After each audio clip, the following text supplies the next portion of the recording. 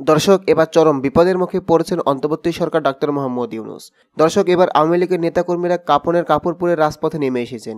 দর্শক, 20 তারিখে নাকি শেখ হাসিনা আবারও বাংলাদেশে ফিরে আসবেন এবং তিনি ক্ষমতায় বসবেন। দর্শক, তাহলে কি ডক্টর ইউনূস পদত্যাগ করে দেশ থেকে পালিয়ে যাচ্ছেন? বিস্তারিত জানতে ভিডিওটি না টেনে সম্পূর্ণ দেখুন।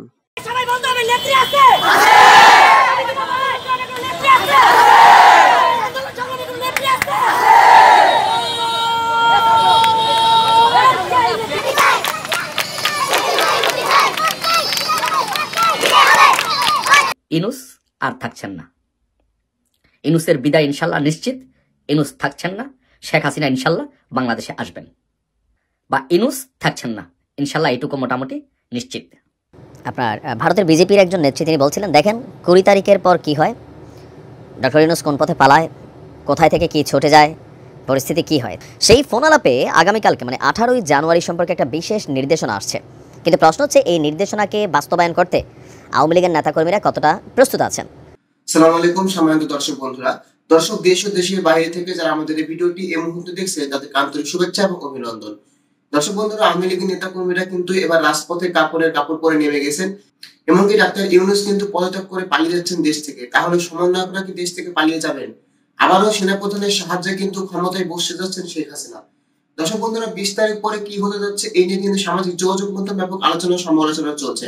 অনেকে বলছেন 20 তারিখ পর শেখ হাসিনা আবার দেশে ফিরে এসে ক্ষমতায় বসবে। তাহলে কি দর্শক বন্ধুরা 20 তারিখের আগে ডাক্তার ইউনূস পদত্যাগ করে দেশ থেকে পালিয়ে যাচ্ছেন? বিস্তারিত জানুন মূল ভিডিওতে। দর্শক, মূল ভিডিওতে যাওয়ার আগে আপনাদের কাছে একটি ছোট রিকোয়েস্ট থাকবে, প্রতিনিয়ত আপডেট নিউজ পেতে অবশ্যই আমাদের চ্যানেলটি সাবস্ক্রাইব করে পাশে থাকা বেল আইকনটি বাজিয়ে দিবেন। তো চলুন দর্শক বন্ধুরা, আমরা স্ক্রিনে মূল ভিডিওটি দেখে আসি। ইউনূস আর থাকছেন না। ইউনূসের বিদায় ইনশাল্লাহ নিশ্চিত। ইউনূস থাকছেন না, শেখ হাসিনা ইনশাল্লাহ বাংলাদেশে আসবেন। আমি সোর্স এবং তথ্যটা কোথা থেকে পেয়েছি সেটা আমি ডিসক্লোজ করলাম না ফর কনফিডেন্সিয়াল রিজন। বা ইউনূস থাকছেন না ইনশাল্লাহ, এইটুকু মোটামুটি নিশ্চিত। আর এদিকে সেনাবাহিনীর উপরে চাপ আসছে, স্যাংশন আসছে।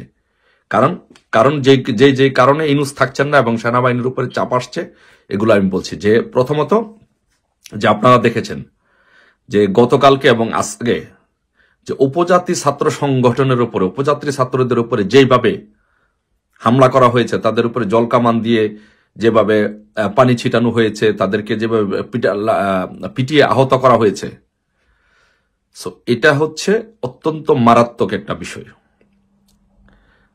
কেন মারাত্মক একটা বিষয় আমি বলি, যে ইউনাইটেড নেশনের যারা সেনাবাহিনীর যেসব অফিসাররা কাজ করতে যান, বা ইউনাইটেড নেশনের পলিসি হচ্ছে যে সেনাবাহিনীর উপরে একটা গাইডলাইন দেওয়া থাকে, একটা নির্দেশনা দেওয়া থাকে। সে গাইডলাইন এবং নির্দেশনাটা হচ্ছে যে বলা থাকে যে এথনিক মাইনরিটি, সংখ্যালঘু, এদেরকে যেন রক্ষা করা হয়, এদের উপরে যেন কখনো অন্যায় অত্যাচার নির্যাতন যেন না হয়। এটা এদের উপর একটা স্পেশাল গাইডলাইন দেওয়া থাকে, নির্দেশনা দেওয়া থাকে। কিন্তু 5ই আগস্টের পর থেকে বাংলাদেশে কি হয়েছে আপনারা দেখেন, যে উপজাতিদের উপরে আপনারা দেখেছেন গতকালকে আজকে কিভাবে তাদের উপরে অন্যায় অত্যাচার করা হয়েছে, তাদের উপরে লাঠিপাটা করা হয়েছে, তাদের উপরে নির্যাতন করা হয়েছে, তাদেরকে রক্তাক্ত করা হয়েছে। এই বিষয়গুলো ইউনাইটেড নেশন কখনো ভালোভাবে নেয় না। সেকেন্ড হচ্ছে যে এথনিক মাইনরিটির বিষয়টি, যেটা আগেও বলেছি এখনো বলছি, যে এথনিক মাইনরিটির বিষয়ে এটা স্পেশাল ডাইরেকশন দেওয়া থাকে ইউনাইটেড নেশন থেকে সেনাবাহিনীর উপরে। কিন্তু বাংলাদেশে এথনিক মাইনরিটিরা কি রক্ষা পেয়েছে? রক্ষা পায় নাই। আপনারা দেখবেন যে বড়দিনে, খ্রিস্টানদের বড়দিনেও খ্রিস্টানদের উপরে বাংলাদেশে হামলা হয়েছে। এবং আরেকটি বিষয় হচ্ছে যে ইউনাইটেড নেশন আরেকটি বিষয় নিয়ে কাজ করে, খুব শক্ত হাতে এটাকে দমন করার জন্য চেষ্টা করে এবং কাজ করে, যে সেটা হচ্ছে এই বিশ্ব থেকে জঙ্গিবাদের দমন। এই ব্যাপারে, জঙ্গিবাদ ব্যাপারে ওরা কখনো কোনো কম্প্রোমাইজ করতে চায় না। কিন্তু আমরা যে কি দেখেছি, যে 5ই আগস্টের পরে যে বাংলাদেশে যেভাবে জঙ্গিবাদ মাথা ছাড়া দিয়ে উঠেছে, যেভাবে জঙ্গিদের সাথে চুক্তি করে এই ফেসিস্ট সুদখোর জঙ্গি ইউনূস জঙ্গিদেরকে জেল থেকে ছেড়ে দিয়েছে, কত শত জঙ্গিদেরকে, যাদের বিরুদ্ধে বড় বড় অভিযোগ, হোলি আর্টিজান সহ অনেক বড় বড় হামলার অভিযোগ এই জঙ্গিদের বিরুদ্ধে, যারা তালেবান থেকে প্রশিক্ষণ নিয়েছে, সেই প্রশিক্ষিত তালেবানি জঙ্গিদেরকে। আপনার ভারতের বিজেপির একজন নেত্রী তিনি বলছিলেন, দেখেন 20 তারিখের পর কি হয়, ডক্টর ইউনূস কোন পথে পালায়, কোথায় থেকে কি ছুটে যায়, পরিস্থিতি কি হয়। তো ওই বক্তব্যটাকে অনেকে আমরা হালকা নিয়েছিলাম। তবে আজকে ভারতে এই মুহূর্তে অবস্থানরত শেখ হাসিনা, সাবেক প্রধানমন্ত্রী, পলায়নরত আছেন এই মুহূর্তে। তো সেইখান থেকে তার নতুন করে একটা কল রেকর্ড ফাঁস হয়েছে। তো সরকারের নতুন নির্দেশনা অনুযায়ী তার এই ধরনের ফোনালাপ বা এই ধরনের বক্তব্য কিন্তু আমরা সরাসরি প্রচার করতে পারছি না। তো সেই ফোনালাপে আগামীকালকে মানে 18ই জানুয়ারি সম্পর্কে একটা বিশেষ নির্দেশনা আসছে। কিন্তু প্রশ্ন হচ্ছে, এই নির্দেশনাকে বাস্তবায়ন করতে আওয়ামী লীগের নেতাকর্মীরা কতটা প্রস্তুত আছেন। মিডিয়া প্ল্যাটফর্মে প্রস্তুত থাকা আর রাজপথে প্রস্তুত থাকার মধ্যে কতটুকু পার্থক্য, সেটা বিগত সরকারের সময় আমরা দেখেছি যে অনলাইনে বিএনপি জামাত খুবই অ্যাক্টিভ ছিল, কিন্তু রাজপথে আসলে তাদের অ্যাক্টিভিটি খুব বেশি দেখা যায়নি। তো এখন সোশ্যাল মিডিয়াতেও আওয়ামী লীগের নেতাকর্মীরা যথেষ্ট অ্যাক্টিভ। আমাদের চ্যানেলে বা ইউটিউবে, ফেসবুকে যে যেখানেই দেখেন সেখানে আমরা কমেন্টগুলো দেখি। কিন্তু আগামীকালকে আসলে একটা পরীক্ষা হতে যাচ্ছে, আওয়ামী লীগের শক্তিমত্তা আসলে কতটুকু এখন এই মুহূর্তে মাঠ পর্যায়ে আছে। দর্শক, আগামীকালকে সারা বাংলাদেশের বিভিন্ন জেলা উপজেলায় সেমিনার, মানববন্ধন, বিভিন্ন ধরনের সভা এগুলো করার আহ্বান জানিয়েছেন শেখ হাসিনা, এবং কি তার আওয়ামী লীগের নেতাকর্মীদেরকে রাজপথে নামারও আহ্বান জানিয়েছেন। তো রাজপথে নামার আহ্বান কেন জানালেন? এটার পিছনে তিনি বেশ কিছু কারণ এনেছেন। যে ডক্টর ইউনূস সরকারের এই যে ক্ষমতা গ্রহণ, এটাকে অবৈধ দাবি করে তিনি বলছেন যে এই মুহূর্তে দেশে এই যে অপ্রত্যাশিত ভ্যাট তৈরি করা হয়েছে বা কর আরোপ করা হয়েছে, তার উপরে আওয়ামী লীগের নেতাকর্মীদের উপরে মিথ্যা মামলা, হামলা হচ্ছে, মব জাস্টিস হচ্ছে, বিভিন্ন জায়গায় তাদের বাড়িঘরেও আপনার নানান ঘটনা ঘটছে, অনেকে হত্যা হয়েছেন, আহত হয়েছেন। তারপরেও নানান ধরনের ঘটনাগুলো যেগুলো ঘটছে, সেগুলোর পাশাপাশি নিত্যপণ্যের যেই দ্রব্যমূল্যের ঊর্ধ্বগতি, এই সকল কিছু মিলিয়ে আগামীকালকে তিনি তার নেতাকর্মীদেরকে মাঠে নামার নির্দেশ দিয়েছেন।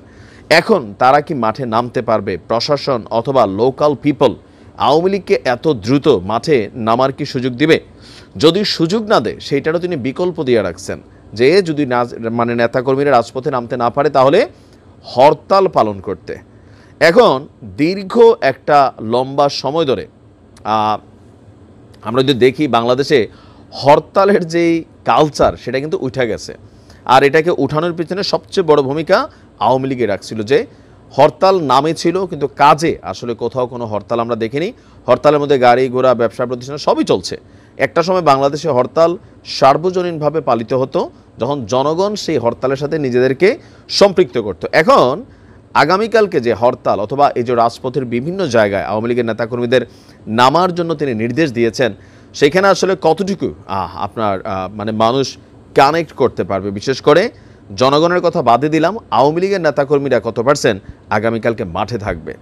বিশ্লেষকদের কেউ কেউ বলছেন যে শেখ হাসিনার এই ধরনের সিদ্ধান্ত এই মুহূর্তে এটা হচ্ছে বোকামি। কারণ আওয়ামী লীগ সম্পর্কে মানুষ এত দ্রুত গত 16 বছরের যে ইফেক্ট আছে বিভিন্ন জায়গায়, আপনার পুলিশ প্রশাসন বিভিন্ন ক্ষেত্রেই, বিশেষ করে জুলাই আগস্টে যে ভূমিকা ছিল, তো সেগুলো মানুষ এত দ্রুত কিন্তু ভুলা যায় নাই।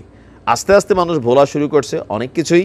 রাজনীতির মাঠে একদল দর্শক বন্ধুরা, ফার্স্টে হাসিনাকে ভারতে আশ্রয় দিয়ে ভারত কোনোভাবে স্থির থাকতে পারছে না বলে মন্তব্য করেছেন বিএনপির যুগ্ম মহাসচিব রুহুল কবির রিজভী। রুহুল কবির রিজভী শেখ হাসিনাকে নিয়ে এবং ভারতের সরকার মোদীকে নিয়ে কি বলেছেন সেটি আমরা বিস্তারিত আলোচনা করব। দর্শক বন্ধুরা, আমাদের ভিডিওটি নতুন হয়ে থাকলে অবশ্যই ভিডিওতে সাবস্ক্রাইব করে পাশে থাকা বেল আইকনটি বাজিয়ে দিবেন। তো ফার্স্টে শেখ হাসিনাকে ভারতে আশ্রয় দিয়ে ভারত দেশ কোনোভাবে স্থির থাকতে পারছে না বলে মন্তব্য করেছেন বিএনপির সিনিয়র যুগ্ম মহাসচিব অ্যাডভোকেট রুহুল কবির রিজভী। তিনি আরো বলেন, বাংলাদেশের বিরুদ্ধে ভারত প্রতিনিয়ত অপপ্রচার এবং মিথ্যাচার চালিয়ে যাওয়া এবং কলঙ্ক লেপন করে যাচ্ছে। পৃথিবীর অন্য কোনো দেশ এটা করছে না।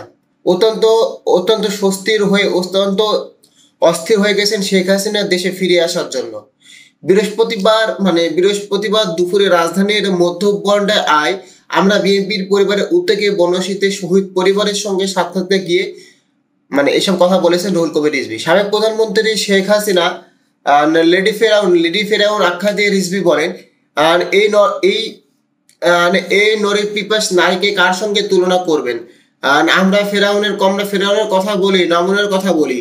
এই রমেশগণ ফেরাউনের আত্মা দিয়ে লেডি ফেরাউন তৈরি হয়েছেন শেখ হাসিনা। আজকে এই দুচারে নারী শেখ হাসিনার জন্য কেউ মায়া কান্না করছে, কেউ আবার কুমিরের মতন কান্না করছে। যে দেশে তিনি আশ্রয় নিয়েছেন সেই দেশে কোনোভাবে স্থির থাকতে পারছেন না বলে মন্তব্য করেছেন বিএনপির মহাসচিব, সিনিয়র মহাসচিব, যুগ্ম মহাসচিব রুহুল কবির রিজভী। এদেশের তরুণ ছাত্র জনতার আত্মত্যাগের ঢেউ গোটা বিশ্ব জনতাকে এক ধরনের চমক দিয়েছেন বলে মনে করেন বিএনপির যুগ্ম মহাসচিব। বাংলাদেশে সংখ্যালঘুদের ওপর নির্যাতন নিয়ে ভারত অপপ্রচার ছড়িয়ে যাচ্ছে বলে মন্তব্য করেছেন তিনি। রুহুল কবির রিজভী বলেন, কোথায় অত্যাচার হচ্ছে? অত্যাচার তো করছেন আপনারা। দিল্লিতে জুম্মার নামাজ আদায়ের সময় পুলিশ দিয়ে মুসল্লিদের আঘাত করা হয়েছে, তাদেরকে লাথি মারা হচ্ছে। ভারতে সংখ্যালঘু নিরূপণ হয় অভিযোগ করে রিজভী বলেন, 400 বছরের সাম্রাজ্য বাবর মসজিদ নির্মাণ করেছিল, সেই মসজিদকে ভেঙে চুর করে দিয়ে মন্দির নির্মাণ করেছেন আপনারা। সংখ্যালঘুদের উপর যত অত্যাচার, অবিচার, অনাচার, ওটা তো হয় ভারতেই, বাংলাদেশে হয় না। বাংলাদেশের হিন্দু, মুসলমান, খ্রিস্টান হাত ধরে ঘোরাফেরা করে। দর্শক, ইতিমধ্যে কিন্তু আপনারা সম্পূর্ণ ভিডিওটি দেখেছেন এবং সম্পূর্ণ ভিডিওটি দেখার পর আপনাদের গুরুত্বপূর্ণ মতামতটি অবশ্যই আপনারা ভিডিওর কমেন্ট বক্সে কমেন্ট করে আমাদেরকে জানিয়ে দিবেন। আর দর্শক বন্ধুরা, ভিডিওটি শেষ করার আগে আপনাদের কাছে একটি ছোট্ট রিকোয়েস্ট থাকবে, প্রতিনিয়ত আপডেট নিউজ পেতে অবশ্যই আমাদের চ্যানেলটি সাবস্ক্রাইব করে পাশে থাকা বেল আইকনটি বাজিয়ে দিবেন। তো দর্শক বন্ধুরা, দেখা হচ্ছে অন্য কোনো একটি ভিডিওতে। ততক্ষণ ভালো থাকবেন, সুস্থ থাকবেন। ধন্যবাদ।